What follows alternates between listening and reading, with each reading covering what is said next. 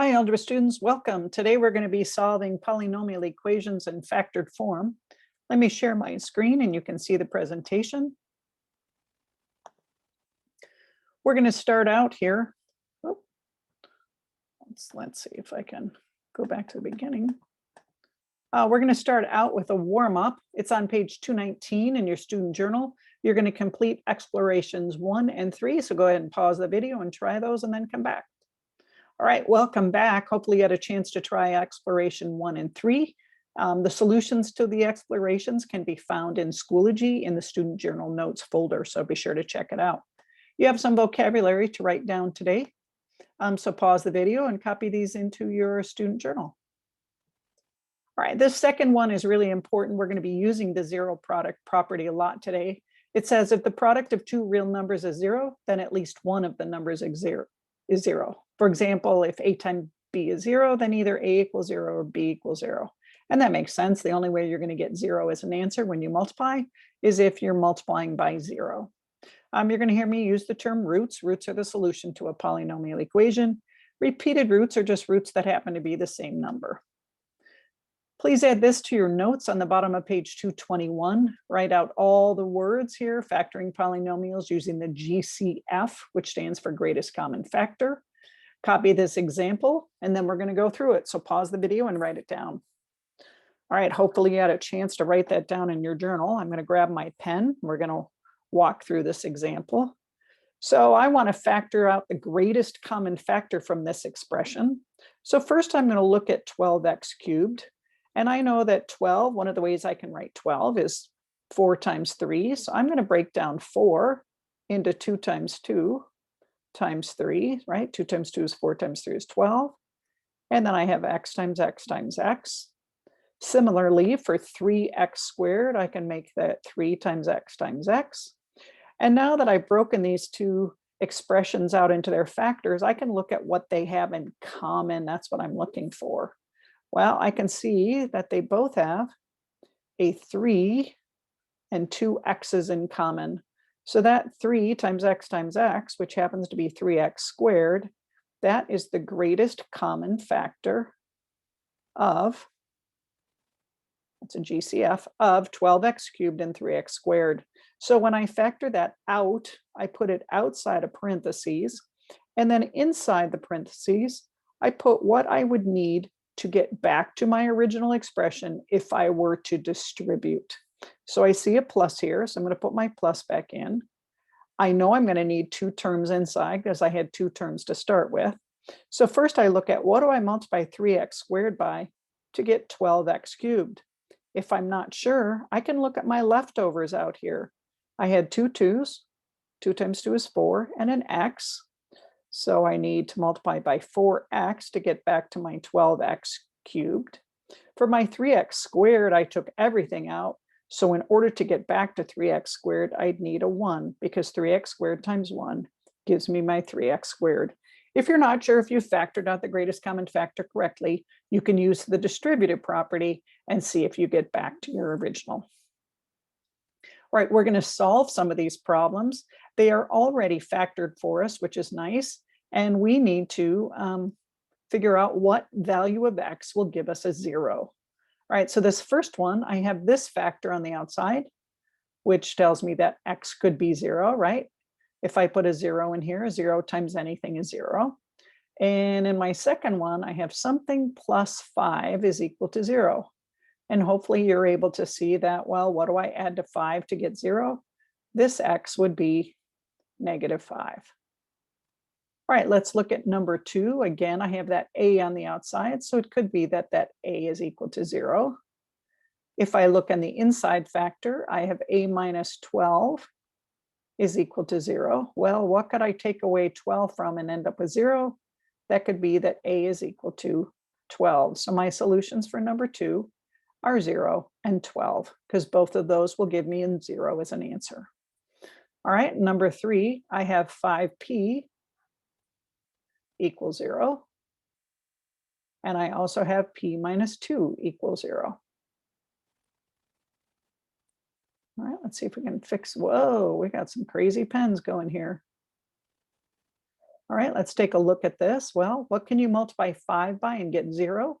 If we think of our zero product property, the only way you're going to get a 0 as an answer if I have a 5 is that this p has to be equal to 0.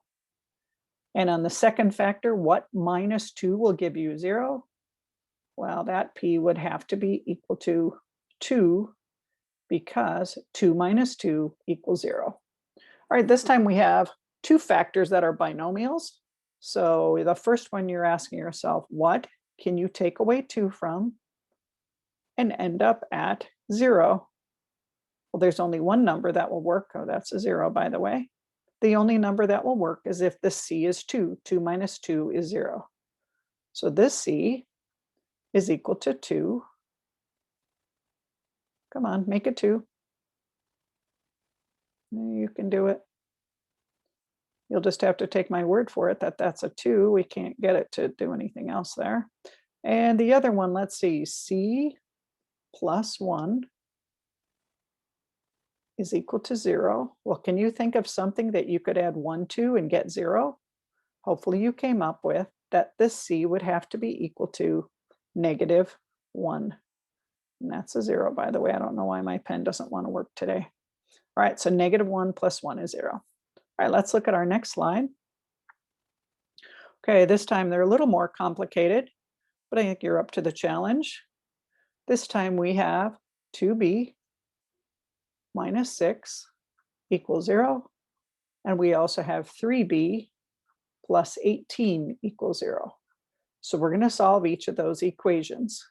So on the first one, my first step would be to add 6 to both sides. So that would give me 2b is equal to 6. Next, I would divide both sides by 2. And I would get that b would have to be equal to 3. So let's see. 2 times 3 is 6. 6 minus 6 is 0. All right, that works. On this one, I'd subtract 18 from both sides. That would give me 3b is equal to negative 18. That's an 8. Divide both sides by 3.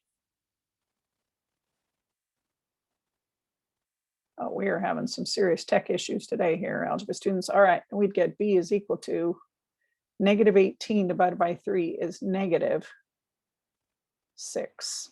All right, let's look. Negative 6 times 3, negative 18. Negative 18 plus 18 is 0. All right, in this case, we have this squared, but it's not going to matter. Remember, that just means that this is x minus 3 times x minus 3. And can you think of what you can take away 3 from and end up at 0? Hopefully you came up with x has to be equal to 3. And this is one of those repeated roots, right? Because the solution that works in this parentheses is 3, and the solution that works in this parentheses is also 3. So my only solution is 3, and it is a repeated root. All right, number 8, I'm going to switch colors here because these are going to turn out to be fractions. I want to give myself some room. All right, so this is number 8. I have 3d. That's a 3d plus 7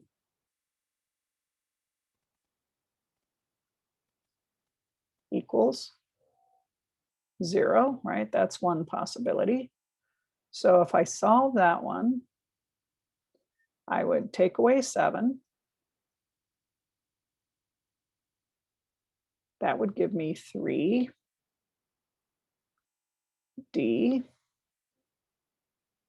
equals negative 7. I'm finding if I go really slow, it's working. Divide by 3.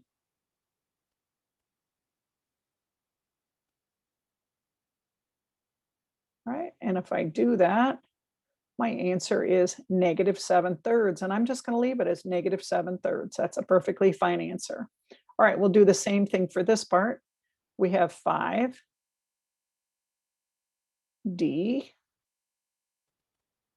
equals 0. Oops, pay no attention to that. We have 5d. Come on, let's draw that 5. Okay, I'm just going to do it right here. 5d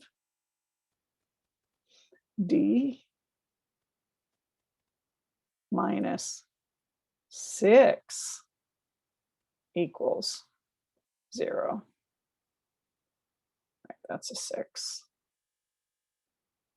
That's a 0. Oh, this is crazy town. All right, add 6 to both sides. Add 6 over here. Really doesn't like 6s, does it?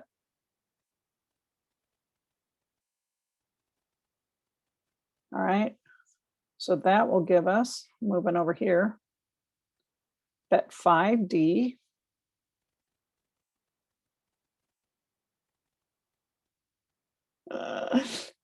equals 6. And if I divide both sides by 5, see if I can do it with my finger instead of the pen, see if that helps. 5d equals 6. Divide both sides by 5. And this solution is going to be d equals 6/5. All right, and if these examples are too crazy to read on the screen here, they are in the student journal notes on Schoology. You can see the step-by-step of how I walked through all of these in addition to here. I don't know why my pen's not behaving today. All right, let's look at the next slide. Okay, this time we're going back to some of those GCFs.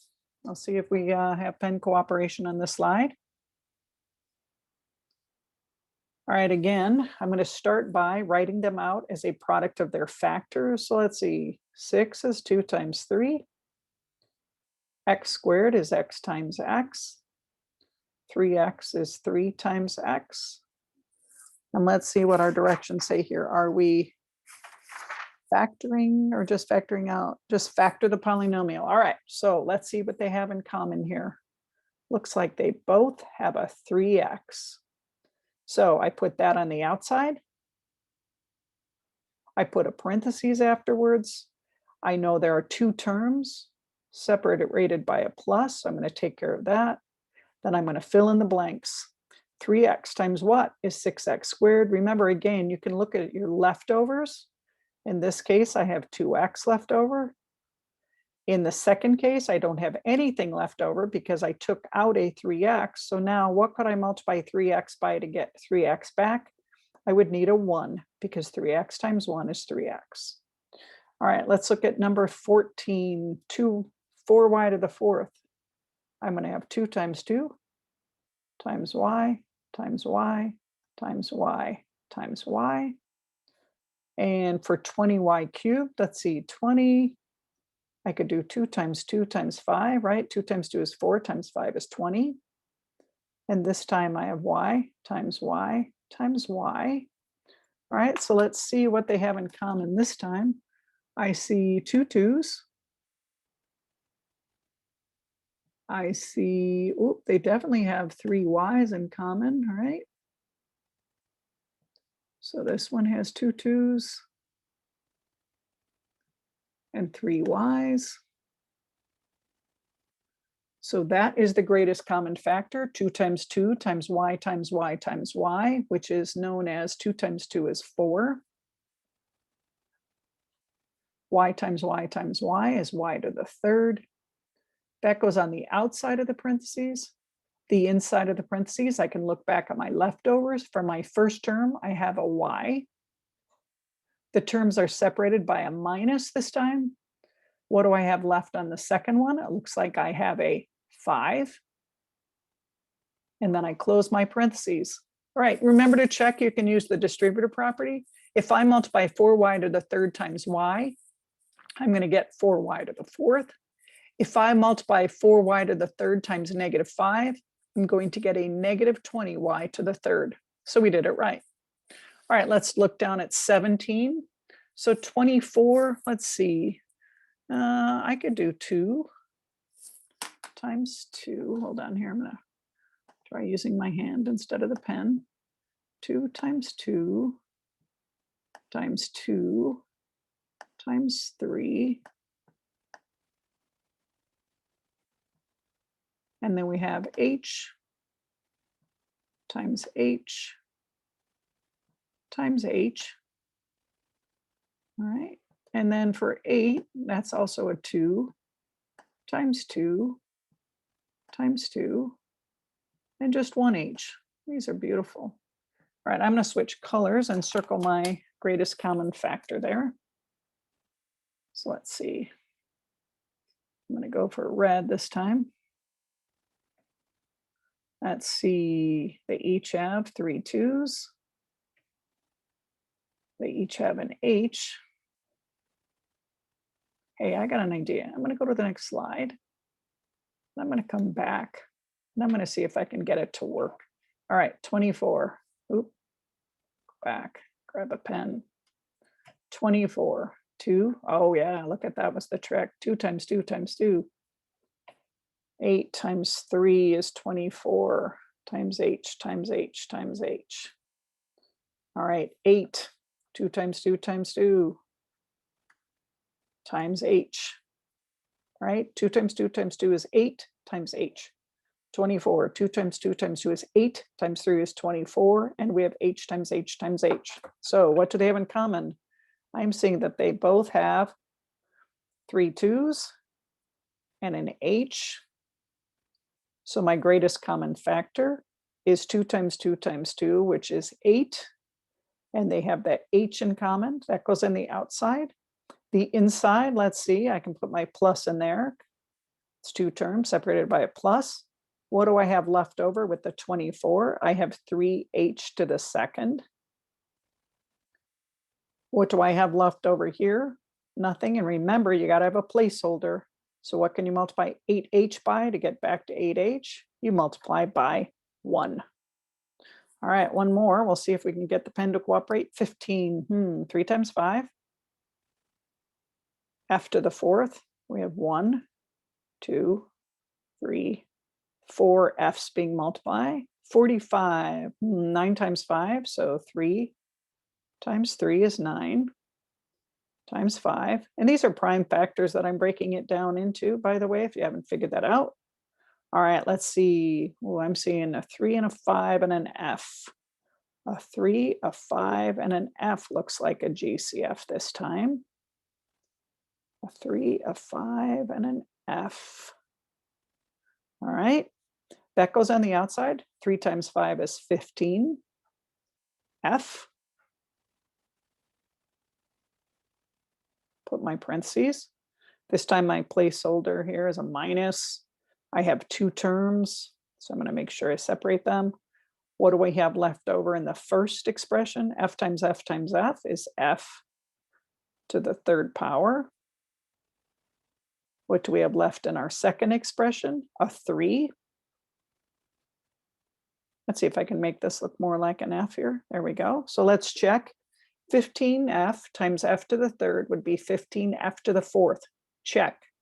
15F times negative 3. 15 times 3 is 45. F. Check. All right. Our next slide, as you've probably seen, shows our assignment. If any of those notes were too hard for you to read, be sure to look in the Schoology folder. For this class, you can look at student journal notes, look for 7.4, and you will find all of those examples worked out again on paper, so you can look at that. Your assignment is page 381, problems 3 to 16 and 25 to 30. If you have any questions, you can email me or ask me in class. All right, good luck. See you later.